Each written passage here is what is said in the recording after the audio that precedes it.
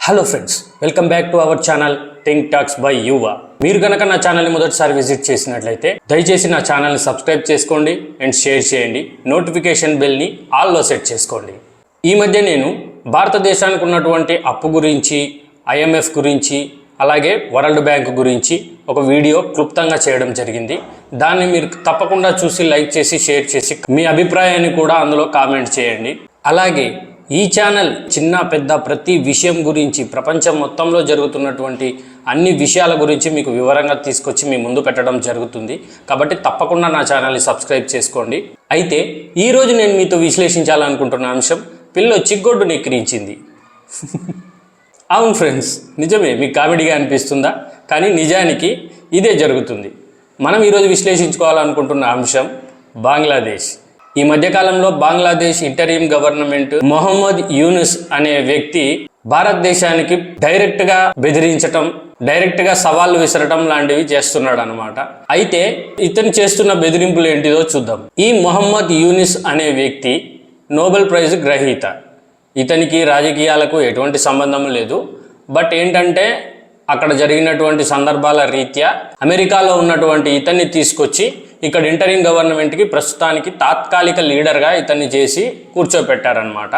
So అతను ఏమంటున్నాడంటే, మనకు బంగ్లాదేశ్ భారతదేశానికి మధ్యలో మన బిఎస్ఎఫ్ వాళ్ళు, బార్డర్ సెక్యూరిటీ ఫోర్స్ వాళ్ళు బంగ్లాదేశ్కి భారతదేశానికి మధ్యలో ఫెన్సింగ్ కార్యక్రమాలు చేపట్టారు. బార్డర్ కన్స్ట్రక్షన్ పనులు అక్కడ చేయటం మొదలుపెట్టారు. దీంతో బంగ్లాదేశ్ యొక్క ఈ ఇంటరింగ్ గవర్నమెంట్ లీడర్ మొహమ్మద్ యూనుస్ అనే అతను, భారతదేశం అనేది బార్డర్ ఫెన్సింగ్ వేసుకోవాలి అంటే ముందు మా పర్మిషన్ తీసుకోవాలి, మా పర్మిషన్ తీసుకోకపోతే మేము ఊరుకోము అని చెప్పేసి బహిరంగంగా బెదిరింపు చర్యలు అనేది చేపడుతున్నారు.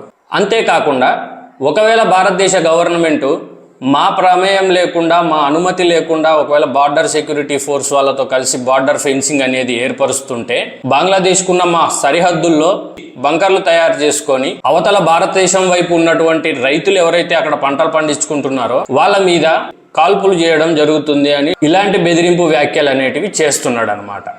ఇదిలా ఉంటే బంగ్లాదేశ్ గురించి మనం కొన్ని నిజాలు తెలుసుకోవాలి. ఏంటంటే 1971 ముందు బంగ్లాదేశ్ అనేది పాకిస్తాన్తో కలిసి ఉండేది. అంటే మనం ఎప్పుడైతే 1947లో పార్టీషన్ చేసి, విభజన చేసి వారికి ఒక సపరేట్ దేశం అనేది ఇచ్చామో, అప్పుడు ఇటుపక్క ఉన్న ఈ బంగ్లాదేశ్, దాన్ని అప్పట్లో ఈస్ట్ పాకిస్తాన్ అనేవారు. ఈ ఈస్ట్ పాకిస్తాన్ అనేది కూడా పాకిస్తాన్లోనే ఒక భాగంగా ఉండేది.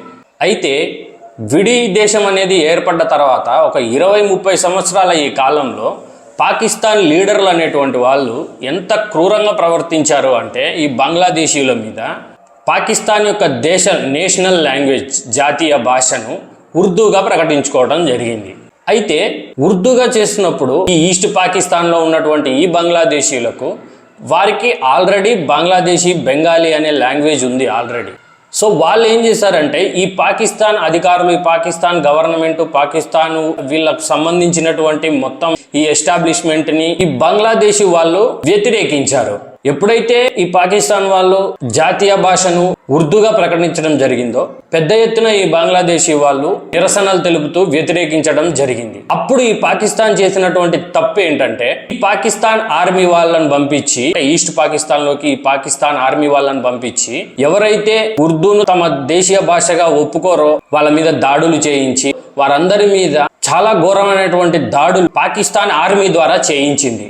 అప్పుడు ఈ పాకిస్తాన్ ఆర్మీలో ఉన్నటువంటి బంగ్లాదేశీయులు కూడా పాకిస్తాన్ ఆర్మీని, పాకిస్తాన్ ప్రభుత్వాన్ని వ్యతిరేకించడం మొదలుపెట్టారు.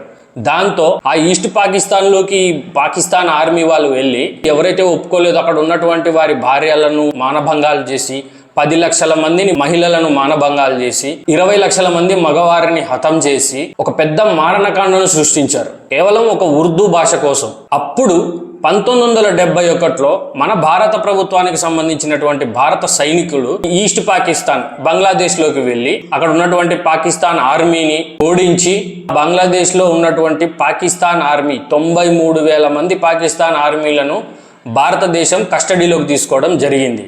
తర్వాత ఆ 93,000 మందిని వెనక్కి పంపించేసేసి భారతదేశం కూడా బంగ్లాదేశ్తో ఈ రోజు నుంచి మీ దేశం సపరేట్ దేశం, విడి దేశం, మీకు నచ్చిన భాషను, మీకు నచ్చిన సంస్కృతిని, మీకు నచ్చినటువంటి పద్ధతుల్ని మీరు పాటించుకోండి, మీకు నచ్చిన గవర్నమెంట్ని మీరు ఏర్పరచుకొని మీరు పరిపాలించుకోండి, అభివృద్ధి చెందండి అని చెప్పేసి మన భారతదేశ ప్రభుత్వం, భారతదేశ ఆర్మీ కూడా వెనక్కి వచ్చేయడం జరిగింది.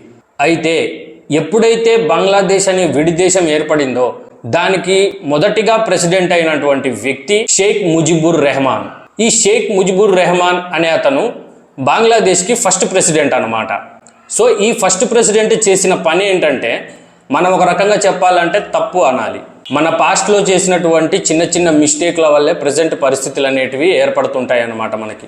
సో ఇప్పుడు బంగ్లాదేశ్లో షేక్ హసీనా మీద వ్యతిరేకత ఇవన్నీ ఎందుకు వస్తున్నాయంటే, 1971లో ఎప్పుడైతే మనం పాకిస్తాన్ని ఓడించి బంగ్లాదేశీలకు ఒక విడి దేశం ఇచ్చామో, షేక్ ముజిబుర్ రెహమాన్ చేసినటువంటి మొదటి తప్పు ఏంటంటే, ఈ పాకిస్తాన్ ఆర్మీ వాళ్ళ చేత మానభంగం చేయించబడినటువంటి ఆ బంగ్లాదేశీ 10 లక్షల మంది బంగ్లాదేశీ మహిళలు గర్భం దాల్చారో, షేక్ ముజిబుర్ రెహమాన్ ఏం చేశాడంటే, ఆ గర్భాలను తీయకండి, ఆ గర్భాలను అలానే ఉంచనివ్వండి, ఎందుకంటే అతను తీసుకున్నటువంటి మానవతా నిర్ణయం అది.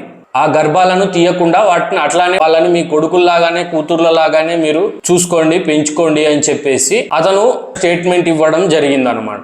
సో తర్వాత ఏం జరిగిందంటే, ఆ గర్భం దాల్చిన వాళ్ళంతా ప్రసవించి ఆ పిల్లలను పెంచుకుంటూ వచ్చారన్నమాట. సో ఎప్పుడైతే బంగ్లాదేశ్ గవర్నమెంట్ ఆ రోజు ఆ నిర్ణయం తీసుకుందో, షేక్ ముజిబుర్ రెహమాన్ అనే అతను ఆ నిర్ణయం తీసుకున్నాడో, ఆ దుశ్చర్య వల్ల పుట్టిన పిల్లలంతా ఇప్పుడు బంగ్లాదేశ్లో వాళ్ళు బంగ్లాదేశ్లో అనుకోవట్లేదు, వాళ్ళు పాకిస్తాన్లే అనుకుంటున్నారు. వాళ్ళ ఐడెంటిటీలను పాకిస్తాన్లోనే అనుకుంటున్నారు ఇప్పుడు ప్రజెంట్. సో అది కాకుండా పాకిస్తాన్ వాళ్ళు ఫండింగ్ ఇచ్చుకుంటూ ఒక సంస్థను అనే దాన్ని బంగ్లాదేశ్లో ఏర్పరచుకున్నారు. దాన్నే జమాతే ఇస్లాం అంటారు. జమాతే ఇస్లాం అనేది పాకిస్తాన్ ఫండెడ్గా ఉంటుందన్నమాట. ఇప్పుడు మహమ్మద్ యూనస్ అనే వ్యక్తి కూడా పాకిస్తాన్ పాటలు వాడుతున్నాడు. అంటే బంగ్లాదేశ్లో ప్రజెంట్ ఉండేది ఎన్ని గ్రూపులు అంటే, బంగ్లాదేశీ హిందువులు ఉన్నారు, బంగ్లాదేశీ ముస్లింలు ఉన్నారు, కానీ మూడో గ్రూప్ ఏంటంటే పాకిస్తానీ జమాతే ఇస్లాం అనే సంస్థ కూడా బంగ్లాదేశ్లోనే ఉంది. సో ఇక్కడ బంగ్లాదేశ్లో ప్రస్తుతం జరుగుతుంది ఏంటంటే, 3 డిఫరెంట్ ఐడియాలజీలు ఉన్నటువంటి సంస్థలు కావచ్చు, లేకపోతే పొలిటికల్ గ్రూపులు కావచ్చు, ఏవైనా పొలిటికల్ గ్రూపులుగానే అనుకుందాం మనము. ఈ 3 డిఫరెంట్ ఐడియాలజీలు ఉన్నటువంటి ఈ పొలిటికల్ గ్రూపులు వాళ్ళ మధ్యలోనే వాళ్ళకు గొడవలు జరుగుతున్నాయి ఇప్పుడు ప్రస్తుతానికి. ప్రతి ఒక్క రైతు తన చేనులో మొలుస్తున్నటువంటి కలుపు మొక్కల గురించి తనకు ముందే అవగాహన ఉంటుంది. అతను ఎప్పుడైతే ఆ కలుపు మొక్కలను చూస్తాడో వెంటనే పీకేసుకోవడం జరుగుతుందన్నమాట. కానీ రాజకీయాలలో కలుపు మొక్క మన కళ్ళ ముందే కనపడుతున్నా కానీ మనం ఏమీ చేయలేము. బంగ్లాదేశ్ పూర్వ ప్రధాని షేక్ హసీనా తనకు తెలుసు ఈ జమాతే ఇస్లాము వీళ్ళంతా పాకిస్తాన్ మనుషులు, పాకిస్తాన్కి సంబంధించిన వాళ్ళు అనేసి తెలుసు. ఈ జమాతే ఇస్లాం పాకిస్తాన్ మూలాలను నాశనం చేయటం, పాకిస్తాన్కి సంబంధించినటువంటి ఫండింగ్స్ కానీ దాని మూలాలు కానీ నాశనం చేయటంలో షేక్ హసీనా పూర్తిగా విఫలమైంది. దాని ఫలితమే ఆమె బంగ్లాను ముట్టడించటం, ఆమె మీద ఒత్తిడి తీసుకురావటం, రిజైన్ చేయమని చెప్పేసి ఇవన్నీ ఇలా చేశారన్నమాట. ఇంకో పక్క నుంచి చూస్తే ఎప్పుడైతే బైడెన్ ప్రభుత్వం అనేది ఉందో అప్పుడు ఈ బంగ్లాదేశ్ యూనెస్కి వీళ్లకు ఒక ఎయిడ్ అనేది, ఫండింగ్ అనేది చేయడం జరుగుతూ వచ్చింది. ఇది ఇలా ఉండగా ఎప్పుడైతే ట్రంప్ గెలిచాడో, ట్రంప్ గెలిచిన తర్వాత ఈ బంగ్లాదేశ్కి ఇస్తున్నటువంటి ఈ ఫండ్స్, విరాళాలు మొత్తం అతను ఆపేయడం జరిగిపోయింది. ఇప్పుడు బంగ్లాదేశ్లో తినడానికి తిండి ఉండట్లేదు, గుడ్లు ఉండట్లేదు, ఎలక్ట్రిసిటీ కూడా మనమే వాళ్ళకి ప్రొవైడ్ చేయాలి. 2 రోజుల క్రితమే భారతదేశాన్ని రిక్వెస్ట్ చేయడం జరిగింది, మాకు గోధుమలు పంపించండి, బియ్యం పంపించండి, గుడ్లు పంపించండి అని చెప్పి. ఇప్పుడు ఈ మహమ్మద్ యూనస్ అనే అతను మళ్ళీ ఇలాంటి కామెంట్లు చేయటం అనేది నిజంగా పిల్లొచ్చి గొడ్డు నెక్కిరిచినట్టే ఉంది ఇది. అయితే ఇక్కడ ఏమీ జరగదు ఫ్రెండ్స్, ఎందుకంటే బంగ్లాదేశ్ యొక్క 3 వంతుల సరిహద్దులో భారతదేశమే ఉంటుంది, వేరే దేశం కూడా ఏదీ లేదు.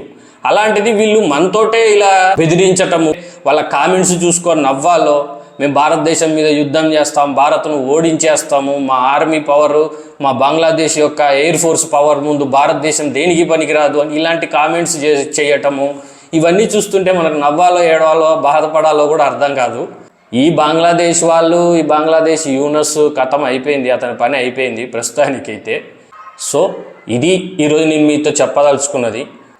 మొత్తానికి ఈరోజు మన విశ్లేషణ యొక్క టైటిల్ వచ్చేసి పిల్లొచ్చి గొడ్డు నెకిరించింది. ఇదే మన టైటిల్. సో ఇది ఫ్రెండ్స్, నా వీడియో మీకు నచ్చిందని అనుకుంటున్నాను. ఒకవేళ నచ్చి ఉంటే దయచేసి లైక్ చేయండి, కామెంట్ చేయండి, షేర్ చేయండి. అలాగే నా ఛానల్ని కూడా మీ బంధుమిత్రులందరికీ షేర్ చేసి సబ్స్క్రైబ్ చేసుకొని నోటిఫికేషన్ బెల్ని ఆన్ చేయడం మాత్రం అస్సలు మర్చిపోవద్దు. ఒక మంచి వీడియోతో మళ్ళీ కలుద్దాం ఫ్రెండ్స్.